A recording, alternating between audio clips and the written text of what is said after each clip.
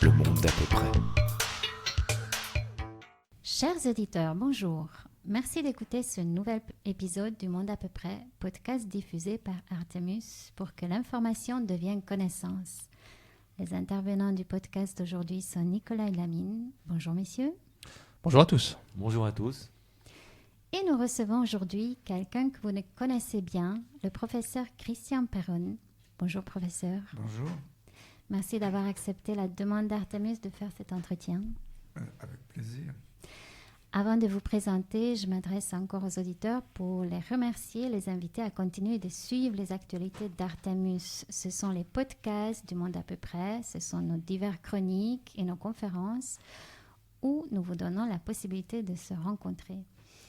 Pour nous trouver, tapez dans le moteur de recherche Artemus Info ou Artemus Belgique. Nous diffusons nos contenus sur les différents réseaux et plateformes habituelles, YouTube, Odyssée, Facebook, X et Telegram. C'est aussi sur notre site web artemus.info que vous trouverez toutes les informations de nos activités passées et futures. Faites-y un tour et soutenez notre travail si vous pensez que ce que nous faisons est utile. Professeur Perron, vous avez un CV long que je vais essayer de résumer. Vous êtes médecin et professeur en médecine. Vous étiez chef des maladies infectieuses pendant 26 ans dans l'hôpital de Garches en France, ancien conseiller du ministère de la Santé, président pendant une quinzaine d'années des conseils officiels en charge de politique de santé publique, de vaccination, de gestion de crise sanitaire et d'épidémie. Vous avez eu des responsabilités dans des groupes de travail à l'Agence de médicaments. Mais encore, vous étiez vice-président des groupes experts sur la vaccination auprès de l'OMS pour l'Europe, y compris la Russie. Vous êtes aussi auteur. Bien avant la pandémie due au SARS-CoV-2, vous avez pris une position non conventionnelle au sujet de la maladie de Lyme, qui est relatée dans votre livre « La vérité sur la maladie de Lyme », paru en 2019. Et puis, vous dites qu'on pouvait éviter la mort de beaucoup de personnes dans la crise Covid. C'est ce que vous expliquez dans votre livre paru en 2020. Y a-t-il une erreur qu'ils n'ont pas commise, qui a été suivie par 2 autres livres en 2021 et 2022, tous les 3 édités par Albin Michel. Mais votre dernier ouvrage, Le Réveil 4 ans après, paru en 2024, est disponible entre autres chez notre partenaire libraire Maupassant. C'est un livre d'entretien avec des détails un peu plus personnels. Pourquoi vous avez senti le besoin de vous livrer un peu plus ? Alors, l'idée n'est pas venue de moi initialement, parce que je suis plutôt quelqu'un d'un peu pudique, et je ne me livre pas comme ça spontanément. Alors, c'est vrai que j'avais écrit 3 livres sur le Covid chez Albin Michel, assez techniques, enfin, qui ont eu beaucoup de succès. Et là, je n'avais pas eu l'idée d'écrire tout de suite un 4e livre. Il se trouve que c'est parti de Stéphane Chatry, qui est un monsieur qui, avant, travaillait à Paris dans les bureaux et qui, maintenant, fait de la permaculture dans l'ouest de la France.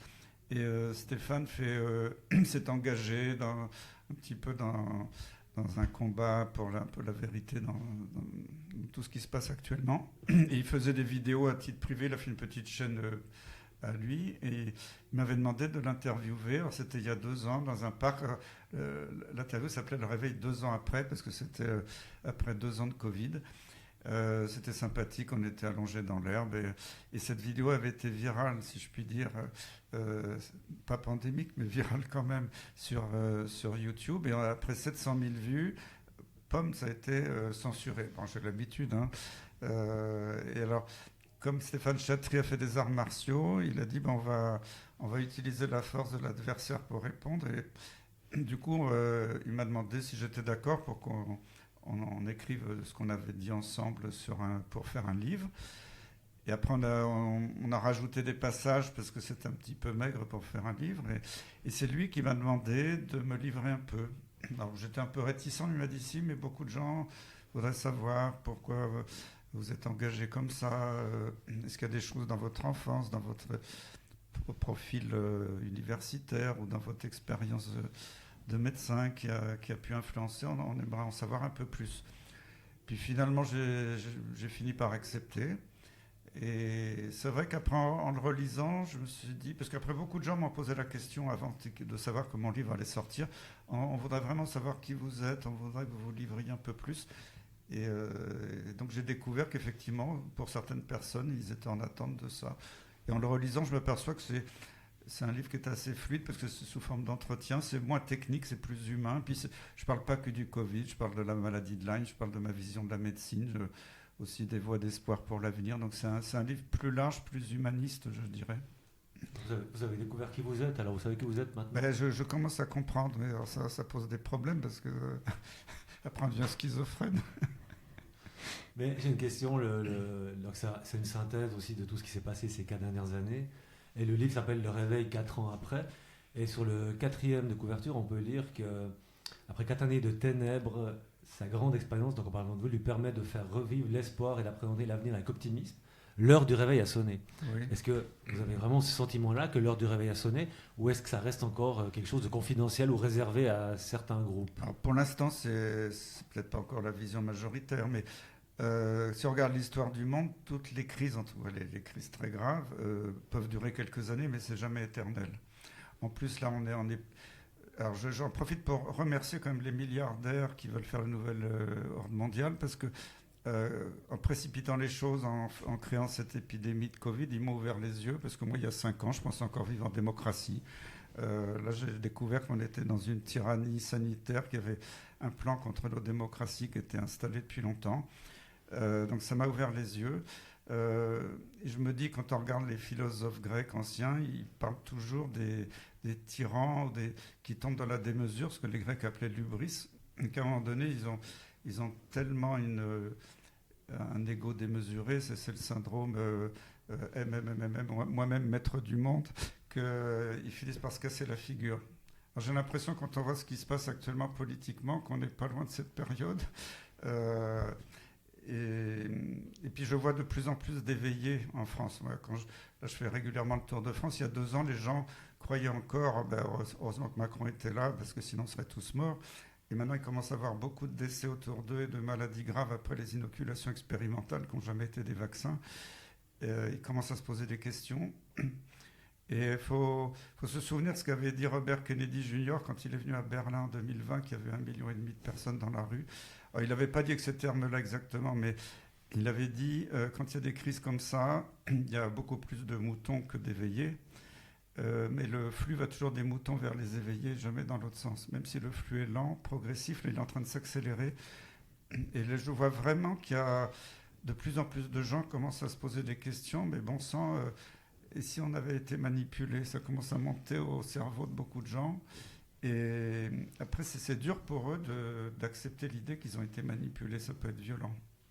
Mais vous dites que vous avez eu un éveil vous-même personnel il y a 5 ans, mais dans votre long parcours, qu'on a plus ou moins résumé, vous avez déjà eu des signaux d'alerte, vous avez déjà vu des choses qui vous paraissaient pas claires. Moi, je pensais qu'honnêtement, toute cette politique de santé était pour le bien commun. Alors après, moi, j'ai préfacé, quand je parlais de Kennedy, j'ai préfacé son livre, la version française, qui est la même que la version belge d'ailleurs, je dois souligner.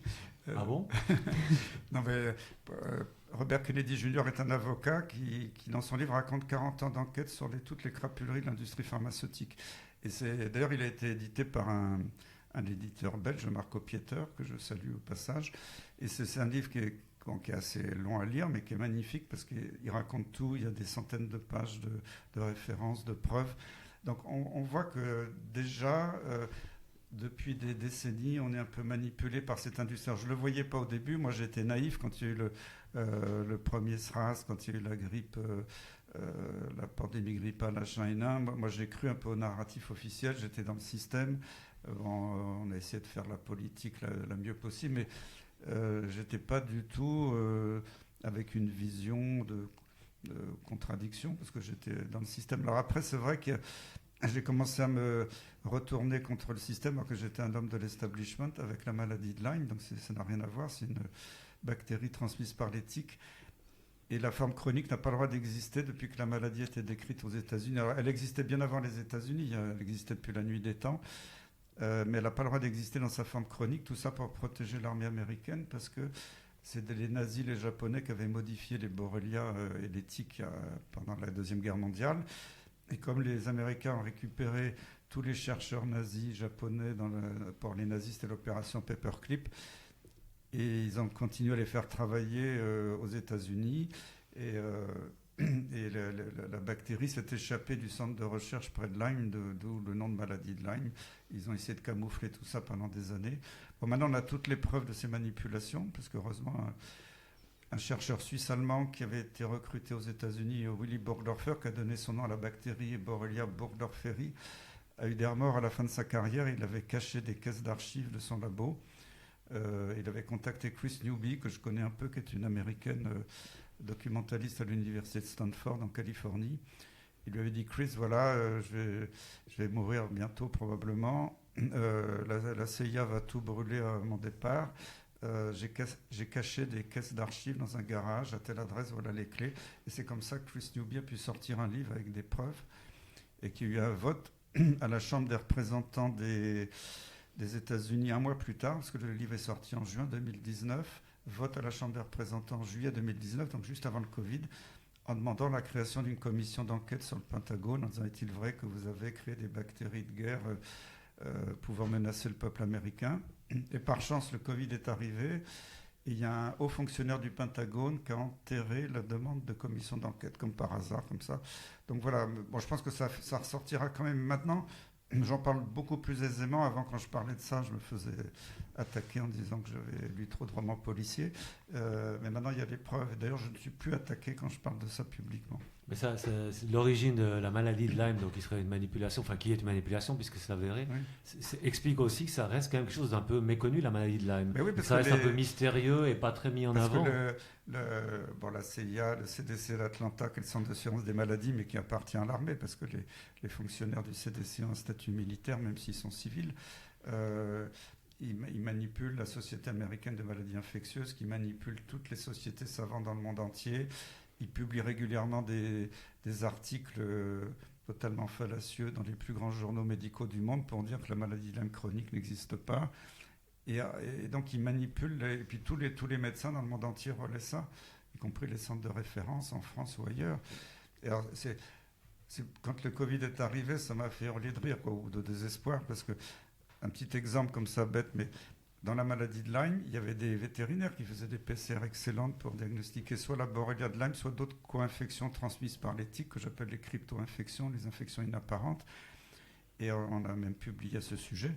Et régulièrement, les officiels américains, les grands médecins sous influence, écrivaient des éditoriaux: jamais ne faites de PCR pour diagnostiquer la maladie de Lyme, c'est un test qui est mauvais, qui est beaucoup trop sensible, vous allez créer des fausses épidémies, vous allez faire croire aux gens qui sont malades. Puis quand le Covid est arrivé, allez les petits gars, tout le monde à la PCR, vous avez croisé votre voisin qui éternuait, ou il y a un cas de PCR positif dans votre établissement, dans votre société ou à l'école, tout le monde fait la PCR. Et en plus, ils ont mis au point des PCR pour Covid qui diagnostiquaient beaucoup trop de gens en bonne santé, soi-disant positifs. On a créé des vagues de tests positifs parce que les vagues de vrais cas malades, ils étaient en train de s'effondrer. Et que pour le narratif officiel, il fallait absolument maintenir les gens dans la peur en disant qu'il y a des vagues gigantesques qui arrivent pour que les gens acceptent l'injection expérimentale qui était le but de l'opération. Mais pour revenir à cette maladie de Lyme, quel est l'intérêt justement de l'industrie pharmaceutique, puisque finalement s'il y a une nouvelle maladie, il y a une possibilité de prescrire de nouveaux médicaments? C'est pour protéger, je pense, l'armée, parce que s'ils reconnaissent que les formes chroniques existent, ils vont devoir payer des milliards de dollars d'indemnisation.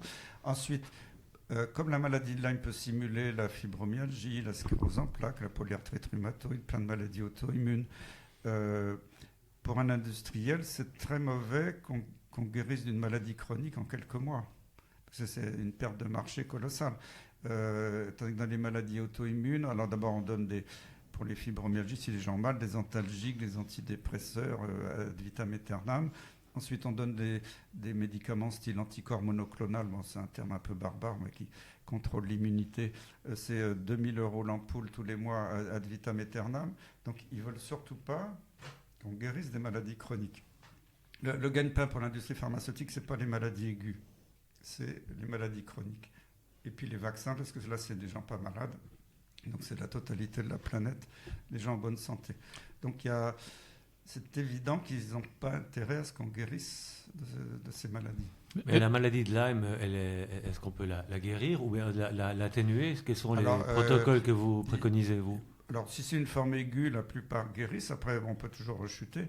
Si c'est une forme tardive qui évolue depuis longtemps, les succès sont plus mitigés. Alors, il y a quelques chanceux, à peu près un quart qui va très bien s'en sortir assez vite. Il va y avoir à peu près 20% des gens chez qui les traitements n'auront aucune efficacité, parce que c'est peut-être dû à autre chose. Et puis les autres personnes, donc c'est quand même le gros de la troupe, je dirais, qui s'améliorent, quelquefois qui frôlent la guérison, mais sans être complètement guéris, avec des poussées, des hauts et des bas. Puis le moins de stress, le moins d'événements dans la vie va les faire rechuter quelquefois. Donc en fait, c'est un traitement à vie, mais on ne peut pas donner des antibiotiques à vie, mais après justement, c'est changement de l'alimentation, la gestion du stress, peut-être s'occuper des intoxications aux métaux lourds, de la phytothérapie, des traitements à base de plantes. Voir, il y a des résultats qui étaient encourageants avec des machines à micro-courants, mais c'est interdit de faire de la recherche sur tout ça, parce que il ne faut pas oublier que la recherche maintenant est financée essentiellement par l'industrie pharmaceutique, et que l'industrie ne va pas financer des traitements pour lesquels il n'y a pas de brevet. Ça ne rapporte pas. Donc c'est pour ça que pourtant j'ai réussi à publier pas mal de choses sur la maladie de Lyme, et pas toujours autant que je voudrais. Et puis je n'ai pas pu publier de grandes études randomisées, parce que j'ai fait les demandes souvent. Randomisées, c'est-à-dire on fait un tirage au sort pour évaluer selon les canons de la science. On dit non, on ne finance pas une maladie imaginaire. Vous voyez, c'est le genre de réponse que j'ai reçue. Et maintenant, si vous voulez bien, on va revenir à justement Robert Kennedy Jr., dont vous avez préfacé le livre. Je pense que c'est vraiment fallacieux de vous avoir traité d'antivax, puisque vous avez travaillé toute votre vie à faire des vaccins, à s'assurer qu'ils étaient sûrs, etc. Là où c'est étonnant, et là j'aimerais bien avoir votre retour, c'est que pour le coup, on pourrait dire ça de Robert Kennedy Jr. Robert Kennedy, il a un petit côté quand même anti-vax. Et d'ailleurs, quand il m'a demandé d'écrire la préface, j'avais mis 2 réserves, parce qu'il y avait des choses où je n'étais pas tout à fait d'accord avec lui sur les vaccins. Je parle des vaccins classiques, hein, et sur le sida aussi. Bon, pour moi, il avait dit 2-3 contre-vérités, parce que ce n'est pas un médecin. Et ça prouve son intelligence. Il a accepté que dans la préface, je dise les 2 points où je n'étais pas d'accord. J'étais d'accord avec 95% de son livre, hein, mais pas avec quelques points. Et c'est vrai que quelquefois, je l'ai trouvé un petit peu excessif dans sa lutte anti-vax. Alors après, je reconnais tout à fait, parce que ça, il le démontre, qu'il y a des magouilles dans la façon dont maintenant les vaccins sont évalués, que c'est pas fait correctement, qu'il n'y a pas de vrai groupe placebo. Très souvent, d'ailleurs, au bout d'un certain temps, ils vaccinent tout le monde, comme ça, il n'y a plus de groupe témoin, donc on ne peut pas voir s'il y a des effets secondaires dans un groupe ou dans l'autre. Donc, toutes ces erreurs méthodologiques qui sont grossières, elles sont gobées malheureusement par les agences de régulation. Mais moi qui étais dans les comités d'évaluation des vaccins il y a longtemps, moi j'ai gobé aussi, hein, parce que... Justement, après toute cette carrière aujourd'hui, et après ce qui s'est passé durant cette crise du Covid, est-ce qu'il y a quand même de votre part un questionnement par rapport à ces vaccins dans leur généralité? On ne va pas s'arrêter sur celui du... Moi, pour l'instant, jusqu'à présent, les vaccins étaient des bons vaccins. Il y a eu quelques polémiques dont certaines n'étaient pas du tout fondées. On ne va pas rentrer dans le détail. C'est vrai que vous rappelez dans le livre, vous ne pensez pas que l'aluminium dans les vaccins est un problème. Vous parlez aussi de l'autisme en disant que ce n'est pas vraiment avéré, qu'il y aurait une cause à effet. Que l'autisme augmente, c'est certain. Alors, il y en a qui disent que c'est dû à l'aluminium, et les mêmes disent que c'est dû au vaccin rubéole, rougeole, oreillon, le ROR. Alors dans le ROR, il n'y a pas d'aluminium, donc les gens disent tout et n'importe quoi. Alors que l'autisme augmente de façon dramatique, c'est certain. Que ce soit lié au vaccin rougeole, alors bizarrement, même ceux qui attaquent disent que ce n'est pas le vaccin rougeole tout seul, c'est quand on combine avec oreillon, rubéole. Alors je ne comprends pas très bien pourquoi, parce que c'est des virus atténués, il n'y a pas d'adjuvant. Alors je me dis peut-être que c'est le fait de faire en même temps la rougeole et la rubéole, ce qui n'est pas naturel, qui fait que chez certaines personnes, ça pourrait perturber les cellules nerveuses, c'est possible. Mais ce que je dis dans mon livre, ce serait très simple à démontrer. On prendra un groupe témoin qui a que le vaccin rougeole, un autre qui fait rougeole, oreillon, rubéole, et on compare. Mais évidemment, ils ne feront jamais ce genre d'études. Après, l'aluminium, c'est pareil. Dans tout ce que j'ai lu sur les publications, ce n'est pas très convaincant. Moi, je demande qu'à être convaincu. D'ailleurs, on m'a offert récemment, il y a quelques jours, tout un gros livre sur l'aluminium que je vais lire attentivement. Peut-être que je vais apprendre des nouvelles choses. Peut-être que je changerai mon avis, mais pour l'instant... ce que personne ne sait, c'est que l'aluminium est le 3e élément chimique sur Terre. Quand je pose la question à des gens, ils ne savent jamais. C'est oxygène en numéro 1, silicium en 2e, 3e aluminium. bien avant le carbone, le fer, le calcium. L'aluminium, c'est un aliment qui est présent partout, dans les lacs, dans les rivières, dans l'eau du robinet, dans l'alimentation. Tous les jours, on mange de l'aluminium, surtout dans les légumes. Et les 2 aliments les plus riches en aluminium, c'est des grands poisons bien connus, c'est le thé et le cacao. Donc, non mais, alors je suis d'accord, on va dire oui, mais par voie orale, c'est peu absorbé, mais de toute façon, c'est éliminé par le rein immédiatement. Et vraiment, tout ce que j'ai vu pour l'instant, je suis prêt à changer d'avis. Je vais lire attentivement ce livre, parce qu'il y a pas mal de références. Ça ne m'a pas convaincu. Après, moi, je serais tout à fait d'avis qu'on revienne au calcium, qui était l'adjuvant des vaccins de Pasteur, de l'Institut Pasteur. C'est les Américains qui ont imposé l'aluminium, et en Europe, via Biomérieux, qui utilisait les brevets américains. Parce qu'avec le calcium, il y avait 0 polémique. Bon, à partir du moment où il y a une polémique, les gens ont perdu confiance. Moi, on dit que le calcium était peut-être un petit peu moins efficace, c'est possible, mais il marchait quand même. Donc, moi, je serais tout à fait pour un retour au calcium si ça pouvait apaiser les esprits. Mais d'ailleurs, quelle serait, en tant que professeur et médecin, l'attitude que vous enjouerez aux citoyens ou à ceux qui nous écoutent d'avoir face au vaccin? Parce qu'il y en a beaucoup qui, depuis, qui sont convaincus qu'il ne faut pas le faire. Pour l'instant, moi, ces vaccins étaient bons. Après, moi, ce qui me fait peur, c'est que quand on voit, alors c'était déjà dans l'industrie chimique, l'industrie alimentaire, dans les pesticides, grâce aux lois du Parlement européen, souvent ils ne sont pas obligés de déclarer tous les produits qu'il y a dans un flacon. Parce que je crois que si la concentration est inférieure à un certain seuil, ils ne sont pas obligés de le mentionner. Et même pour certains produits, même s'il y en a beaucoup, ils sont obligés d'en marquer qu'un. J'ai même vu des herbicides très dangereux où sur l'étiquette, il y avait juste marqué acide acétique, c'est-à-dire vinaigre, parce que le vinaigre blanc, c'est un exemple. Alors, vu ce qu'ils ont été capables de faire avec le Covid, j'ai dit, j'espère que maintenant, ils ne sont pas en train déjà de nous mettre des trucs qu'on ne connaît pas dans les vaccins classiques. J'en ai aucune preuve, mais je commence à me poser des questions. Après, où je mets en garde les gens, là, je deviendrai totalement anti-vax, entre guillemets, parce que je sais qu'ils l'ont annoncé, ils commencent les études, ils ont commencé à fabriquer les usines dans le monde. Ils veulent transformer tous les vaccins classiques en nouveaux vaccins ARN messager, y compris pour les enfants. Or, l'ARN messager, ce n'est pas un vaccin. On l'a vu avec le Covid, ça ne marche pas. C'est très dangereux. Ça peut s'intégrer dans nos chromosomes. Ça peut rester des années. On voit que maintenant, il y a des millions de morts après l'injection de soi-disant vaccin Covid. Ça peut engendrer des effets secondaires graves. Donc, s'ils s'amusaient à injecter nos enfants avec l'ARN messager, je dis aux parents, sortez les fourches, cachez les gamins à la cave. Et il ne faudra jamais accepter ça. Mais ils sont en train de mettre des milliards là-dedans. Hein. Et d'après vous, où est l'intérêt de changer tous les vaccins traditionnels pour ces nouveaux vaccins qui ne sont même pas des vaccins? On le voit un petit peu, ils veulent un petit peu réguler la population mondiale, hein, si je peux dire. Et même Kennedy l'avait montré dans son livre, hein, qu'en Afrique, il y a quand même ils avaient mis de la bêta-CG, qui est une hormone qui n'a rien à faire dans les vaccins classiques, pour rendre les femmes stériles.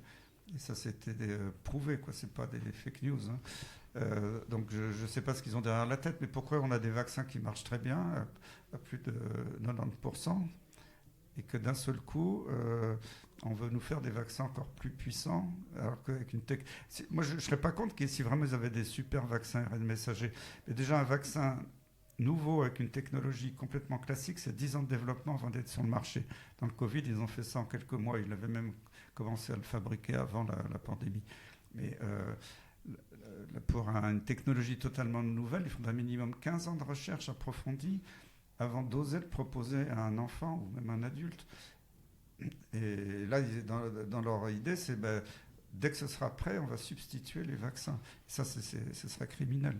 Oui, je pense aussi que le fait qu'ils utilisent ces technologies, c'est que j'avais cru, il me semble, si je me rappelle bien, c'est que d'un point de vue industriel, c'était beaucoup plus simple à produire. Oui. Donc en termes de rendement d'échelle, c'est intéressant pour eux. Pour rester dans le sujet des vaccins et des enfants, justement, il y avait une polémique j'ai entendu parler de cette polémique autour de vous, notamment quant à l'obligation vaccinale de 11 vaccins pour les nouveau-nés. Alors, quand moi j'étais président du comité des vaccinations, en France, il y avait 4 vaccins obligatoires. Je ne sais pas pour la Belgique, mais pour la France, il y avait 4 vaccins obligatoires, diphtérie, tétanos, polio et BCG pour la tuberculose. Bon, le BCG était très utile quand il y avait beaucoup de tuberculose, parce que ça supprimait les méningites de l'enfant, mais après, quand la tuberculose devenait assez rare dans un pays, on ne voyait plus de méningite, donc il ne servait plus à grand-chose. Donc je me suis battu avec mon équipe pendant 10 ans pour faire abolir l'obligation BCG. C'était un combat important. Et après, les autorités nous ont dit, en France, on n'est pas bien parce qu'il y a 3 vaccins obligatoires, diphtérie, tétanos, polio, et puis il y en avait à l'époque beaucoup plus, parce qu'au total, on était déjà près des 11 qui sont recommandés, pas obligatoires, et pourtant certains de ces recommandés jouent un rôle de santé publique plus important que les anciens qui, pour des épidémies qui pour l'instant ont disparu. Ça ne veut pas dire qu'elles vont parvenir si on arrête la vaccination, mais par exemple le vaccin Haemophilus influenzae, les gens ne le connaissent pas bien, il est dans le lot des vaccins là actuellement. Moi, quand j'étais jeune interne ou assistant, c'était la terreur aux urgences en pédiatrie. C'était une cause de mortalité importante, des méningites qui foudroyaient les enfants, qui donnaient quelquefois des séquelles terribles. Et cette maladie a totalement disparu avec ce vaccin, toujours très bien toléré. Donc il y a eu des grands succès de ces vaccinations. Alors, nous, quand on discutait ensemble avec les experts du comité technique des vaccinations, on était plutôt pour dire aux autorités, on abolit les obligations, on rend tout recommandé. Et on fait de la campagne de sensibilisation, puis on surveille si jamais... Mais quand les autres vaccins étaient recommandés, c'est Agnès Buzyn qui, après mon départ, a rendu les 11 vaccins obligatoires. Il y avait les 11, ils existaient déjà avant, mais quand ils n'étaient pas obligatoires, les gens les acceptaient très bien. Et le jour où c'est devenu obligatoire, c'était on empoisonne nos enfants. Parce que quand on fait une obligation, ça prend les gens de front, c'est-à-dire qu'on nous impose quelque chose, donc c'est louche. Donc il y a une chute totale de la confiance dans les vaccins.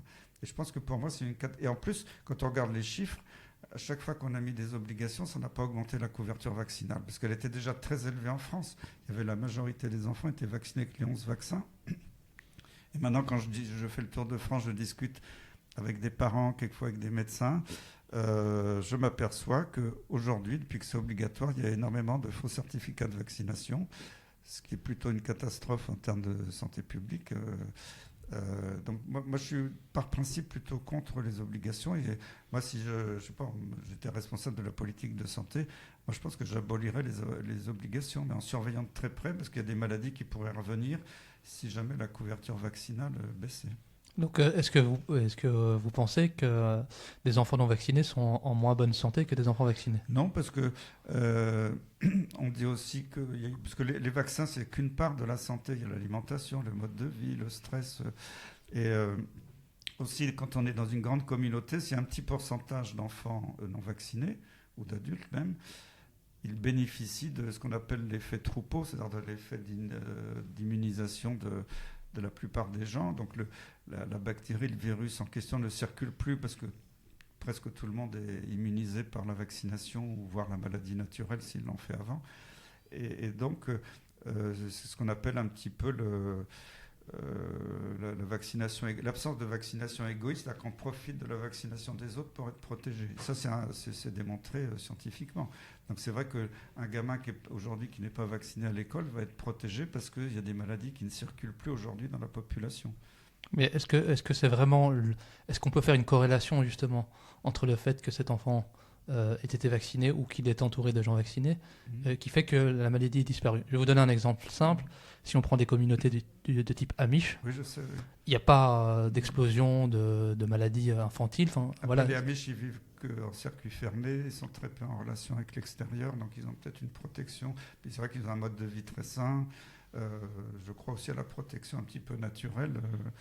Mais regardez ces histoires de perte de confiance. Alors, c'était il y a longtemps, parce que la coqueluche, les gens oublient. Moi, quand j'étais interne, il y avait encore des salles entières de nos nourrissons qui mouraient de coqueluche, qu'on était obligé de surveiller très près. Ça a disparu depuis la vaccination.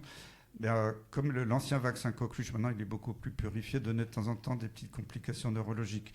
Habituellement, c'était bénin, pouvait être des crises de convulsions, puis ça ne laissait pas de séquelles, mais il y avait quand même quelques rares cas d'encéphalite qui pouvaient être embêtants. Mais à côté de ça, la coqueluche pouvait tuer beaucoup plus fréquemment. Donc il y avait la balance bénéfice-risque qui était largement en faveur du vaccin. Mais c'est vrai que c'est un vaccin, à la longue, comme il y avait de moins en moins de cas de coqueluche, les parents supportaient moins le rare effet secondaire. C'est toujours comme ça quand une maladie... Et il y avait une campagne de discréditation du vaccin coqueluche dans les grands médias publics anglais. Donc il y a eu une perte de confiance, la vaccination a chuté. Et évidemment, la coqueluche est repartie. Et il a fallu attendre qu'il y ait de nouveau des morts de la coqueluche pour que la population se resensibilise et de nouveau réclame le vaccin.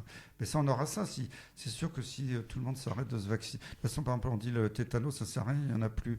Il n'y en a plus parce que tout le monde est vacciné, mais le tétanos, le germe, il est dans le sol, c'est pas de la transmission interhumaine. Ça, justement, le tétanos, c'est intéressant puisque c'est un vaccin qui est non immunisant et c'est une maladie qui est non contagieuse. Et voilà. Donc, et c'est à titre individuel qu'on se protège, c'est pas pour protéger la population.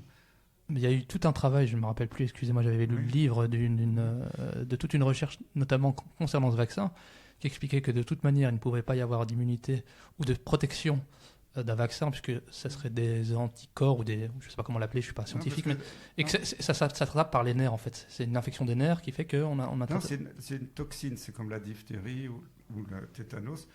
Quand le tétanos, là on parlait du tétanos, c'est pas la bactérie qui est dangereuse. La bactérie peut se multiplier, après elle disparaît. Ce qui est dangereux, c'est la toxine qui est sécrétée par la bactérie. Et la toxine, pour le tétanos, elle va bloquer les muscles respiratoires et va donner des paralysies. On va mourir dans des souffrances atroces. Moi, j'ai vu des tétanos en réanimation. C'est une maladie horrible. Et le vaccin, il marche à 100%. Il suffit de faire les rappels régulièrement. Il n'y a aucune ambiguïté là-dessus. Après, une fois que le tétanos est démarré, le vaccin ne sert plus à rien. Et le tétanos a disparu grâce à la vaccination. Mais c'est une vaccination, je dirais, personnelle. Puisque comme ce n'est pas une transmission interhumaine, vous le dites très bien, le germe est dans le sol, on se contamine par une blessure qui est mal désinfectée. Il suffit de se blesser, de ne pas se nettoyer, on peut faire un tétanos. Alors le risque est plus faible aujourd'hui parce que ce qui augmentait beaucoup le risque autrefois, c'était les chevaux, parce que les chevaux enrichissaient leur crottin en bacilles tétaniques. Et comme à l'époque, la population était toujours au contact des chevaux, à la ferme, à l'armée, même dans les villes, il y avait des charrettes à cheval. La plupart de la population était sans arrêt au contact de chevaux, donc quand on se blessait, on était beaucoup plus facilement contaminé. Probablement que maintenant, on est plus éloigné des chevaux. Mais le risque, il n'est pas... Si on arrête la vaccination, c'est sûr que ça va revenir. D'ailleurs, il y a encore des tétanos ombilicaux, maladie horrible qui tue les nouveau-nés. Dans beaucoup de pays en voie de développement, on ne désinfecte pas bien l'ombilic après la naissance. Donc là, en 2024, vous dites il faut faire des rappels tétanos réguliers pour tout le monde. Bien sûr, moi je l'ai refait récemment. J'ai refait diphtérie, tétanos, polio, coqueluche il y a quelques mois. Ok, d'accord. Et vous avez parlé de Pasteur tout à l'heure. Et d'ailleurs, dans le livre d'entretien, on vous demande 3 personnes que vous admirez. Vous parlez d'un vieux paysan qui vous a appris plein de choses lorsque vous étiez enfant, et de Gaulle, et de Pasteur. Oui. Et qu'est-ce que vous pensez du fameux débat Pasteur-Béchamp? C'est un débat qui est sorti du chapeau il y a très peu de temps, parce qu'avant personne n'avait entendu parler de Deschamps. C'était ressorti par les ligues anti-vaccinales.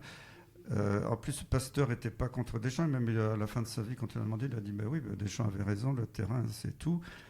Mais Deschamps, il oublie le microbe. Je ne suis pas contre les théories de Deschamps, qui parlent de l'alimentation, du terrain, un terrain en bonne santé. Et Pasteur reconnaissait ça, mais le génie de Pasteur, c'est d'avoir tenu compte du microbe, de la bactérie, du virus. C'est quand même grâce à lui qu'on peut supprimer totalement la rage après une morsure avec un animal enragé. Avant, c'était 100% de mortalité. Il y a des succès indéniables de la vaccination. Et moi, je trouve ça complètement débile d'opposer les deux. On ne peut pas nier le génie de Pasteur et de l'invention de tous les vaccins. On dit oui, il y a eu des échecs du vaccin rage. Mais oui, parce qu'à l'époque, il était tout seul en Europe à faire ça. Si vous étiez mordu par un chien, vous arriviez en diligence d'Europe de l'Est, il fallait mettre 3 semaines pour arriver. Vous étiez quelquefois en phase terminale de l'incubation, parce que quand on est mordu par un chien au mollet ou un renard, il faut que le virus monte par les nerfs jusqu'au cerveau, millimètre par millimètre. Donc, pour ça, il faut vacciner très vite, parce qu'une fois que le virus est dans le cerveau, c'est fini. Donc, quelquefois, il a eu des échecs parce qu'il venait juste de faire l'injection, puis le malade était en fin d'incubation, et il faisait la rage 2 jours après, mais ce n'était pas de sa faute. Alors, peut-être qu'aussi, c'est possible, comme il fabriquait ça dans sa cuisine, pas sa cuisine, mais son laboratoire avec des méthodes un peu artisanales, c'est tout à fait plausible. Moi, je n'ai pas la preuve de ça, que quelquefois, il a moins bien inactivé ses moelles de lapin, et que peut-être qu'il y a eu des inoculations d'un virus qui n'était pas assez atténué. Ça me paraîtrait plausible en tout cas, qu'il y ait eu des accidents vaccinaux à l'époque, mais il ne faut pas oublier que la rage c'était 100% de mortalité. Donc il faut remettre les choses dans leur contexte. Alors maintenant, c'est un peu le nouveau délire que j'entends quand je fais des conférences. Ah, mais professeur Perron, vous croyez encore au virus et aux bactéries? C'est ce même débat avec Deschamps là, qui est ressorti du chapeau. Là. Oui, les microbes, ils existent. On a même fait plus de cellules microbiennes dans notre corps que de cellules humaines. La plupart sont très sympas à nous rendre service ou nous font aucun mal. Et puis, il ne faut pas nier le fait qu'il y en a qui sont très dangereux et qui peuvent nous tuer. Et on a oublié qu'avant, on faisait des familles nombreuses parce qu'on perdait la moitié des enfants en bas âge. Mais les gens ont totalement oublié. On vit dans un monde un peu moderne, aseptisé. Après, pour prendre leur défense, je vais faire l'avocat du diable, c'est qu'ils vous diront, ils vous rétorqueront que, en effet, il y a eu des technologies, on va dire, médicales qui ont été mises au point, mais il y a eu aussi les égouts qui ont été mis au point, la collecte des déchets. Je veux dire, Bien sûr. Je pense que là où il faut être un peu indulgent et avoir un peu de recul, c'est tout ce qui s'est passé, l'hygiène, etc. Tout ça fait partie également aussi de ces possibilités. J'accepte tout à fait ça. La tuberculose, quand on regardait, elle a commencé à baisser. Il n'y avait pas encore les antituberculeux, il n'y avait pas encore le BCG. C'est qu'on a pu, par une coloration, voir le bacille dans les crachats. Donc on a pu repérer dans la population qui était contagieux et envoyer les gens à la montagne. Alors il y en a malheureusement qui mouraient, mais enfin la moitié survivait. Et on les laissait quelques années à la montagne, le temps qu'ils reprennent des forces et qu'ils soient moins contagieux. Et le fait d'écarter les contagieux de la société, ça a fait chuter la transmission déjà. Après, il y a eu l'amélioration de l'habitat, les gens ont peut-être mieux mangé, le chauffage, et puis les techniques un petit peu d'hygiène, ça a fait déjà chuter pas mal la tuberculose, avant même les antituberculeux et le BCG qui ont donné le coup de grâce à la fin. C'est pareil, il y a des maladies qui ont régressé par les méthodes d'hygiène. La polio s'est transmise par l'eau et les sels. Le tout à l'égout et l'eau courante, ça a fait disparaître aussi la polio, ce qui n'est pas toujours le cas dans les pays en voie de développement. En plus, ce que je trouve choquant, c'est que l'OMS continue de pratiquer des campagnes vaccinales polio avec le virus vivant atténué. Alors on sait qu'il peut réverser, redonner un virus virulent qui peut donner des paralysies. Ce qui ne se voit jamais quand on fait la primo-vaccination avec un virus inactivé par injection. On peut faire le rappel avec le virus vivant, ça se passe très bien. Mais pour des raisons d'économie, c'est plus facile de tout donner par voie orale. On continue à vacciner tout le monde avec un virus vivant, atténué. Et malheureusement, maintenant, le virus polio, le virus du vaccin, peut donner plus de cas de paralysie que le vrai virus de la polio, qui est, grâce à la vaccination, en voie de disparition. Donc, vous voyez, il y a des façons d'utiliser le vaccin qui ne sont pas bonnes. Et bon, faut bien connaître le domaine pour faire la part des choses. Pour continuer sur ce qui est bien avec cette discussion qu'on a avec vous, c'est qu'on a reçu des gens qui étaient complètement opposés à votre paradigme. Notamment, je ramène les gens à écouter Yves Razir qu'on a eu de Néo Santé. Et c'est là où c'est vrai qu'il y a une espèce de polarisation en ce moment entre on essaie d'aller chercher les poux chez les gens parce qu'on n'est pas d'accord avec eux, parce qu'on travaille, on n'est pas dans le même paradigme. Par exemple, là, on vient de discuter, vous et moi, du tétanos. Moi, j'ai lu un livre qui vous contredit de A à Z. Ça n'empêche pas le fait que j'abstrais. Sauf qu'il n'y a plus de tétanos. C'est bien la preuve que le vaccin a marché à 100%. Ils sont plus subtils que ça. Je l'ai lu il y a 5 ans, mais si vous voulez, je vous donnerai les références. Et d'ailleurs, je donnerai les références. Comme on dit que la polio était favorisée par les épandages de DDT. Quand je lis les textes et les dates et les synchronicités, là, je suis assez convaincu de ça. Ça ne veut pas dire que le virus de la polio n'existe pas. Il y a 4 sérotypes qu'on connaît très bien qui peuvent donner les paralysies. On peut même fabriquer identifier les anticorps. Donc, le virus de la polio existe. Il est dangereux en soi. Qu'il ait été favorisé à la fois dans sa virulence et son expansion par le DDT, c'est une hypothèse qui me paraît fortement probable. De là à dire que la polio... Oui, à chaque fois, on tombe dans l'excès inverse. Oui, bien sûr. C'est là le juste milieu. En fait, trouver un juste milieu avec je veux dire, des gens qui se polarisent, parce qu'on a envie qu'ils se polarisent. Bien sûr. On en oublie parfois. Certains vont nous reprocher de vous avoir laissé parler. Or il me semble que ces derniers 5 ans, vous avez quand même fait du bien. Ce qui est terrible, c'est que les gens maintenant, heureusement pas une minorité, mais maintenant, vaccin égale poison. Ça, c'est quand même terrible. Quand les vaccins ont sauvé des milliards de gens sur la planète, et maintenant, ces vaccins... Mais ça, c'est la faute aussi des autorités, c'est la faute de Big Pharma. Et il y a une perte totale de la confiance des gens. Tout à fait. Dans les vaccins, même dans la médecine en général. Hein. Mais justement, vous qui avez été président de l'OMS, si je ne dis pas de Pas bêtises. de l'OMS, non, j'étais vice-président d'un groupe de travail sur les vaccins. Donc vous avez connu quand même l'OMS. Oui. Il me semble qu'à l'époque, il y avait quand même une volonté de préserver la santé des gens. Oui, Certains nous diront que non. Vous qui l'avez vécu de l'intérieur, comment ça s'est transformé justement? Au tout début, quand je suis arrivé, il y avait des anciens de l'OMS, il y avait beaucoup de Français à l'époque, c'était des gens très humanistes. Puis l'OMS était financé majoritairement par les États. C'était un organisme de santé publique mondial qui était sous l'égide de l'ONU. Puis petit à petit, ça fait 20 ans que ça s'est accentué. Comme l'OMS n'avait pas toujours assez d'argent pour faire toutes ces actions, l'industrie pharmaceutique s'est présentée gentiment pour aider. Et ils étaient très contents, ça permettait de financer telle ou telle action dans tel ou tel pays.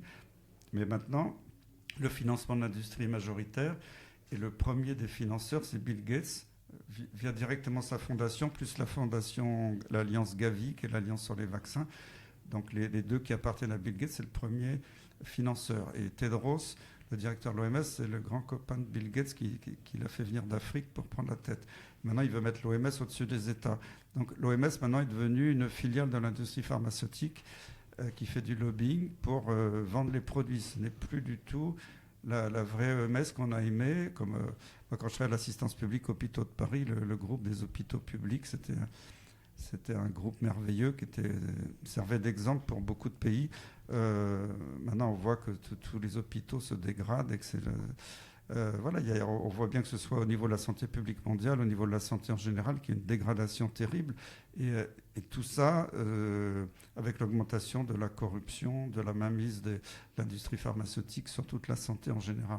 Oui, donc il y a vraiment une grosse, on va dire, une espèce d'oligarchie qui s'est, même pas, non, mais un monopole qui s'est installé à travers les réseaux Bill Gates. Voilà. Et est-ce qu'on ne peut pas espérer que le changement viendrait de l'intérieur de l'OMS avec tous des gens comme vous qui ont travaillé pour l'OMS et qui vont être à un moment donné conscients de ce qui s'est passé à l'OMS, que c'est complètement transformé, c'est dans les mains privées.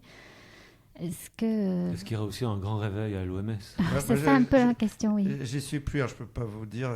Je garde encore quelques contacts lointains. Mais il y avait des gens très bien à l'OMS. Mais là, c'est comme partout, il y a ceux qui ne veulent pas trop parler, même s'ils voient des choses, parce que c'est leur gagne-pain. Puis à l'OMS, quand ils ont un bon poste, ils gagnent bien leur vie, ils sont pépères à Genève. Ils ne veulent pas trop remettre en question leur vie. Après, il faut qu'il y ait des gens courageux qui acceptent de secouer le cocotier. Ce n'est pas évident pour l'instant, en tout cas de ce que j'en ai vu. Et puis ceux qui ouvrent la bouche, comme Astrid Stuckelberger, ça c'est des gens qui ne travaillent plus pour l'OMS actuellement, donc qui sont libérés de leurs paroles. Mais... Astrid Stuckelberger, que nous avons reçu à ce micro et que vous pouvez écouter sur le site artemis.info.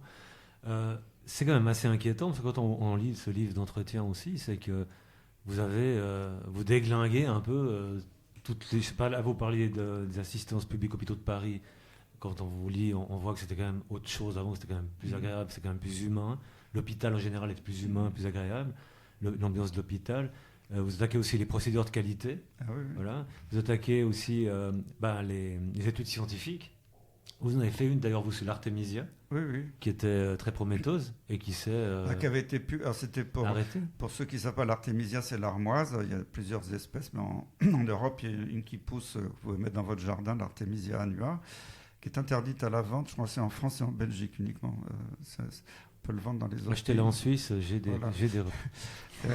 oui, en Suisse, on peut l'acheter librement encore. J'ai un réseau, contactez-nous artemis.info. Il y a encore quelques endroits de liberté sur la planète. Mais cette artémisia, c'est une plante merveilleuse qui a beaucoup de propriétés anti-infectieuses, notamment sur le paludisme, donc la malaria. Et on a fait une étude au Congo-Kinshasa sur 1000 patients, l'étude publiée dans une grande revue médicale internationale. Et quand l'étude, ça montrait que l'artémisia complète qui était faite en tisane marchait beaucoup mieux que les comprimés recommandés par l'OMS, dont un des produits chimiques dans l'armoise, qui est l'artémisinine, mais c'est une molécule isolée. Or, dans la plante, il y a beaucoup des dizaines, voire des centaines de molécules différentes qui ont des propriétés anti-infectieuses et se protègent les unes des autres. Quand on donne un seul produit, on l'a vu dans la tuberculose, on l'a vu dans le sida, ou pour certains microbes qui échappent facilement. avec un seul produit, il y a un échappement, ce qu'on appelle des mutations, puis ça résiste. Avec la plante, il y avait 0 échappement. On stérilisait tous les globules rouges, même des Africains qui avaient des formes chroniques, ils étaient surpris eux-mêmes parce qu'ils ne le voyaient jamais d'habitude avec les médicaments. On le publie. Et là, je me fais incendier par toute la communauté scientifique française et mondiale en disant qu'on est des charlatans, que ce n'est pas possible. Même Bill Gates s'en est mêlé en disant qu'il ne croyait pas aux plantes, parce que lui, il veut vendre un vaccin pour le palu. Ça fait 30 ans qu'il le cherche, qu'il ne marche qu'à 30%. Et pourtant, je ne sais plus quel pays africain, là, il vient de l'imposer, il est obligatoire dans les écoles pour un vaccin qui ne marche pas, c'est quand même inquiétant.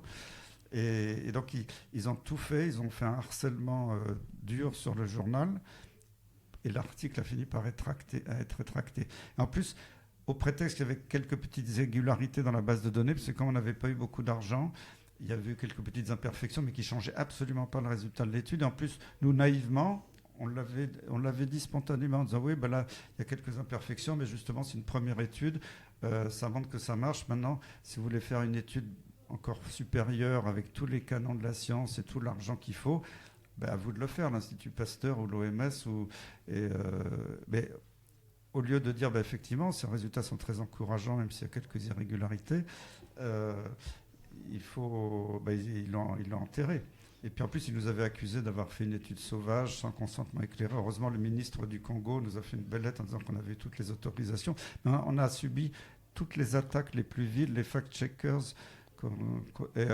Pérode met en danger les enfants africains avec une tisane. Moi, je l'ai vu écrit, ça. Mais c'est ça qui, en fait, c'est ce qui est désolant, c'est que, si vous voulez, en face, quand on a Big Pharma en face de nous, c'est vraiment difficile de vouloir être en compétition, je veux dire, face à eux, puisque même si on veut faire une étude randomisée, double aveugle, le standard gold de l'étude pharmaceutique, c'est impossible. Non, mais là, en plus, on l'avait faite, elle était bonne, même si on n'avait pas assez d'argent pour faire un truc parfait, mais ça ne changeait pas les résultats. Même quand on fait les études, ça ne convainc pas si les résultats ne vont pas dans leur sens. Et si on ne fait pas les études, Perron, il raconte des trucs, mais il est incapable de publier, il ne fait pas d'études. Ça va même plus loin, parce que par moment, ils font des études où, normalement, la conclusion serait on va l'écarter. C'est ce n'est pas très bien, mais on le recommande quand même. Voilà. Et puis là, c'était quand j'ai été invité au Sénat américain là, à Washington en février dernier, c'était un des principaux objets de ma conférence au Sénat, c'était de montrer toutes les fraudes dans les publications scientifiques sur Covid, qui avaient déjà commencé sur Lyme, je l'avais dit il y en a dans toutes. Dans mon bouquin sur la vérité sur la maladie de Lyme, et c'est même reconnu par les rédacteurs en chef des plus grands journaux médicaux, en disant la moitié de nos articles sont faux. Bon. Alors après, quand on apprend à nos étudiants, à nos internes, si ce n'est pas publié dans le New England Journal of Medicine, dans le Lancet, ça n'existe pas, et ces journaux, c'est la Bible. Moi, quand quelque chose est publié dans ces journaux, maintenant, j'ai un fort doute. Je me dis, est-ce que vraiment c'est vrai? Et quand en plus, moi, j'ai soigné, alors je ne révélerai pas de nom, des anciens de l'industrie pharmaceutique en France qui, à la retraite, m'ont dit, vous savez, monsieur Perron, moi, j'ai passé ma vie à changer les études pour le patron parce qu'il fallait avoir l'autorisation de mise sur le marché, qui avait des enjeux économiques importants. Donc, quand vous faites une étude randomisée sur une population assez vaste, un peu hétérogène, les gens ne vont pas réagir pareil. Il y a un produit testé contre un placebo. Il y en a peut-être 20% qui ça va marcher magnifiquement, 20% ça ne va rien faire du tout, les autres ça va marcher un peu, ça va échapper.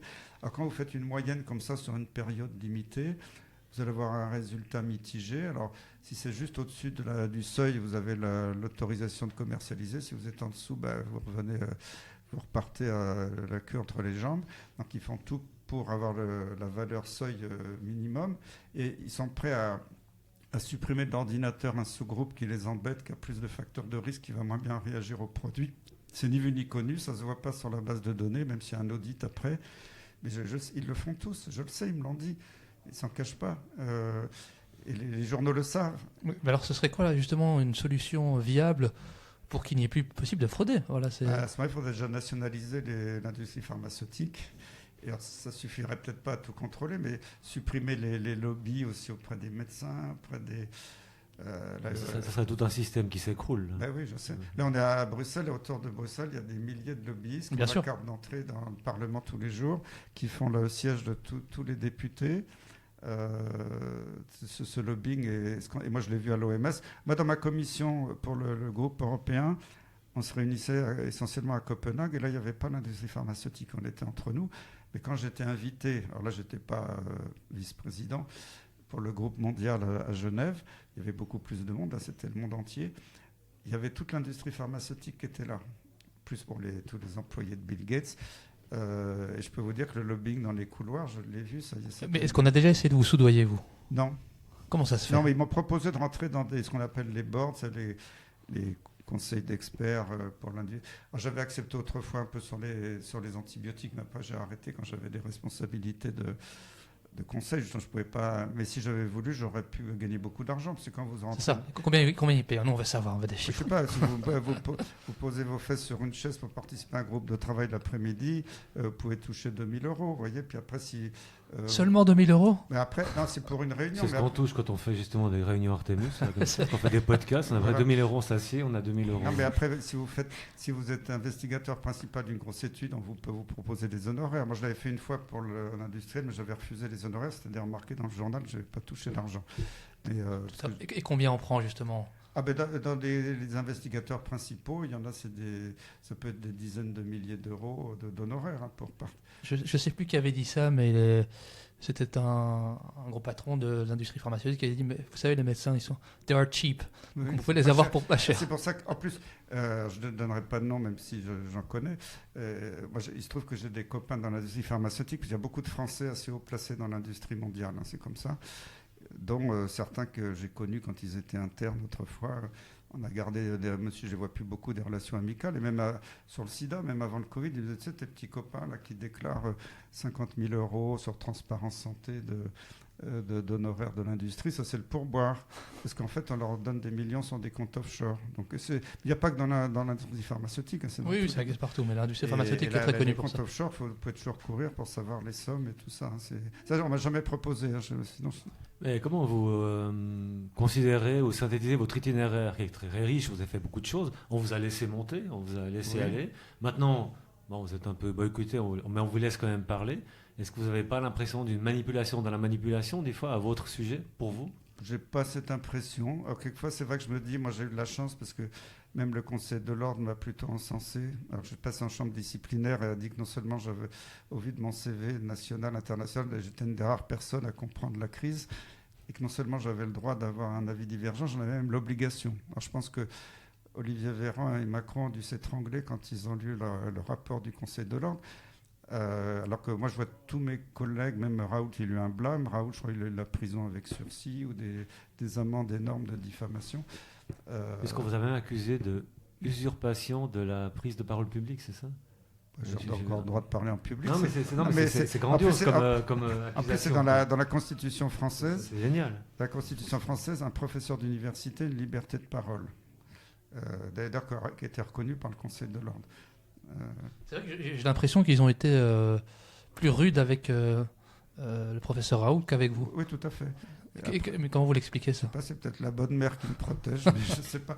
Non, mais je pense aussi, moi j'étais un homme du système, je les connais tous, je connais tout le système de l'intérieur, donc je le dénonce régulièrement, justement toutes les erreurs qu'ils ont faites, les rapports du Haut Conseil de la santé publique n'ont pas été faits selon les critères légaux. Vous avez les dossiers, c'est ça? Des dossiers, vous avez les photos, vous avez les images aussi.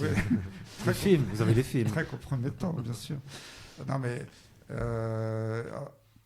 puis maintenant, comme je suis quand même assez populaire, je n'ai pas fait ça pour ça, mais déjà, rien que quand j'ai été radié de ma chefferie de service, en plus c'était un coup de pub parce que je la rendrais spontanément 3 mois après, parce que je prenais ma retraite l'année d'après, je ne voulais pas renouveler ma chefferie pour 5 ans. J'avais dit à mon successeur, écoute, prends la chefferie, moi j'ai fait mon temps. Ils ont fait croire qu'ils m'avaient cassé, mais ils n'ont pas pu me radier en tant que médecin, j'ai continué jusqu'à ma retraite. Donc, parce que je disais ça, c'est parce que vous disiez, je ne sais plus, j'ai perdu le fil. Non, je disais que votre progression, on vous a quand même assez laissé faire, vous avez eu des bons postes et tout, vous n'avez jamais été arrêté, on n'a pas essayé de vous soudoyer. Donc je me demandais dans quelle mesure, est-ce qu'on vous n'étiez pas préparé aussi pour ça? Je disais, oui, effectivement, j'ai réalisé que quand même j'étais populaire, parce que quand justement j'ai été radié, c'était 3 jours avant Noël. l'hiver, il pleuvait et Garches est loin des transports en commun. Il y avait 1500 personnes devant l'hôpital. C'est étonnant. Et quand je suis passé en chambre disciplinaire à Paris pour le Conseil de l'ordre, il y avait 3000 personnes dans la rue. 3000 personnes. Oui. Wow. Alors les fact-checkers ont dit il y avait une centaine de terroristes d'extrême droite. Il y avait 3000 personnes, c'était des Vous faites plus que les meetings de Biden, donc c'est pas mal. C'est pas Bon, c'est vrai qu'à part l'usurpation de la parole publique, vous avez été aussi étiqueté donc extrême droite, antisémite. Enfin, on avait eu droit non, mais au classique. Le plus marrant, c'était quand même anti-vax. Antisémite, je l'explique dans le bouquin parce que c'était un médecin très jeune qui m'avait attaqué. Il avait porté plainte au Conseil de l'ordre parce que lui, il était juif. Je n'ai jamais attaqué sur sa personne, je m'en fous qu'il soit juif ou autre chose. J'ai attaqué sur ses publications. Alors que lui, il m'avait diffamé, il avait même fait croire que je l'avais menacé de mort. J'ai pu apporter toutes les preuves. D'ailleurs, il a été condamné par le Conseil de l'ordre pour ça. Mais il a quand même écrit au Conseil de l'ordre en disant que je l'attaquais parce qu'il était juif, donc j'étais antisémite. Et heureusement, par hasard, j'avais un ami français qui avait émigré en Israël il y a une dizaine d'années qui, un jour, m'avait appelé en disant « Christian, tu sais, en Israël, il y a beaucoup de francophones, ils te suivent beaucoup parce qu'aussi, ils ont vécu une dictature sanitaire. » Bien entendu. Ils en avaient ras-le-bol des autorités et il m'a dit les gens te suivent énormément en Israël. J'avais fait d'ailleurs des vidéos en live avec Israël à l'époque, en français. Alors, ils avaient traduit les 8 meilleures minutes de Perron en hébreu. Ils me l'avaient envoyé. Et c'était marqué en toutes lettres, les amis d'Israël soutiennent le professeur Perron. Et c'était la semaine où le Conseil de l'ordre me demandait de répondre de mon antisémitisme.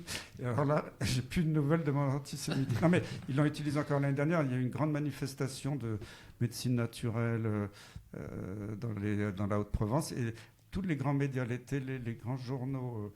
grands journaux. Les journaux aux ordres en ont parlé en disant attention, rassemblement de terroristes d'extrême droite antisémites. Alors c'était des gens qui étaient pour le bien-être. À chaque fois, le coup d'antisémite, ça sort partout. Et j'en ai ras-le-bol. Moi, j'ai jamais parlé de la religion ni de. Non, quand ils savent plus quoi dire, il faut bien trouver une excuse pour vous. Il faut accuser son chien d'avoir la rage avant de le tuer. Quoi. Voilà. D'un point de vue plus large, vous n'avez jamais reçu de menaces. Vous n'avez jamais été menacé. Vous n'avez jamais senti réellement en danger de faire tout ça, de parler comme vous parlez. Non, j'ai jamais été menacé. Contrairement à d'autres personnes, il y en a eu aussi des perquisitions, des centres de police à 6h du matin. J'ai pas eu le droit à ça, mais pas encore. Pas encore. Mais moi, je suis pas inquiet. C'est eux qui ont peur. C'est pas moi. Moi, j'ai pas peur de toute façon. C'est quoi finalement, parce que là vous êtes à la retraite, donc vous avez peut-être une liberté de parole qui est encore plus agréable, mais finalement là vous pourriez aussi maintenant un peu décrocher et passer des belles journées. Et qu'est-ce qui vous motive à poursuivre ce combat? Parce que je veux que mon pays retrouve la liberté, quoi. Pas que mon pays, parce que malheureusement ça c'est mondial, hein. Et je me battrai jusqu'au bout. D'accord. Est-ce que vous avez on a entendu beaucoup de choses ces dernières années. Est-ce que vous avez une conviction qui dépasse tout ça, qui est d'ordre spirituel ou des choses comme ça? Vous sentez ça aussi dans l'époque que nous vivons? Je suis devenu plus spirituel, c'est vrai, depuis la crise. Et je vois beaucoup de choses. Cette crise m'a éveillé, pas que moi, je vois autour de moi éveiller plein de gens sur les bas-fonds de la société, sur les techniques de manipulation mondiale. Alors, tout ça, mon discours a l'air d'être très pessimiste, mais comme je disais, je suis quand même assez optimiste parce que même quand ils veulent faire le nouvel ordre mondial, ça fait des décennies qu'ils en parlent. Quoi qu'ils n'en parlaient pas, mais enfin qu'ils en parlaient entre eux. Là, ils pensaient y arriver. Mais comme toutes les grandes puissances vont se mettre sur la figure pour chacune prendre la tête du nouvel ordre mondial, il n'y a aucune chance que ça se fasse. On voit Quand je disais ça il y a 3 ans, ne me croyez pas, mais regardez ce qui se passe avec les BRICS. Avant, c'était les pays émergents. Il y avait le Brésil, Russie, Inde, Chine, Afrique du Sud. Maintenant, il y a l'Arabie Saoudite qui a rejoint, la Turquie qui rejoint. Les puissances les plus peuplées, maintenant les plus riches sur le plan économique et en richesse naturelle de la planète, se sont liguées. Et le dollar a été exclu de certaines transactions commerciales internationales. Donc, on voit bien qu'il y a eu un rejet de la domination. Les Américains avaient prévu qu'il y ait un seul ordre mondial sous la coupe américaine. C'était leur obsession depuis des décennies. Et là, on voit que ça ne se passe pas comme ils avaient prévu. Alors j'espère, mon seul souhait, c'est qu'il n'y ait pas la 3e guerre mondiale, parce que s'il y a un fou qui appuie sur le bouton, là, on est foutu. Moi, je ne serais plus là pour en parler. Non, ça devrait être assez radical. Normalement, ça devrait être et je pense que j'ai foi... rapide. Non, mais j'ai foi dans la nature humaine, et je pense qu'il y a trop de choses maintenant qui sont révélées partout. Alors, il faut que les gens fassent l'effort de les chercher. Et c'est pas en regardant la télé à 20h qu'ils vont voir les infos.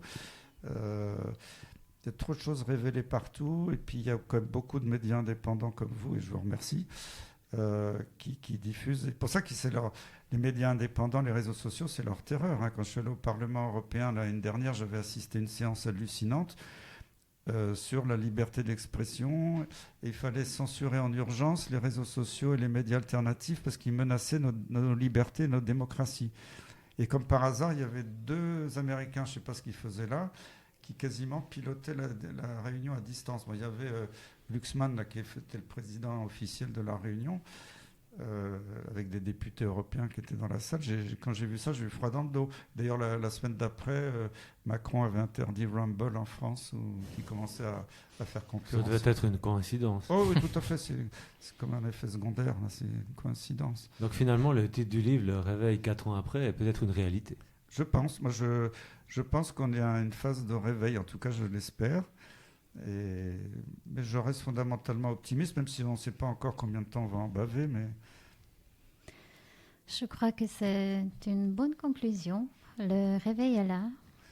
Et on vous recommande encore d'aller chercher le livre Le réveil 4 ans après du professeur Christian Perron. Professeur, nous vous remercions encore une fois de nous avoir accordé cet entretien. Merci beaucoup, merci à vous, car vous transmettez des lueurs de vérité. Nous espérons en tout cas, nous essayons. Des lueurs, c'est déjà ça. Oui, mais c'est important. Merci.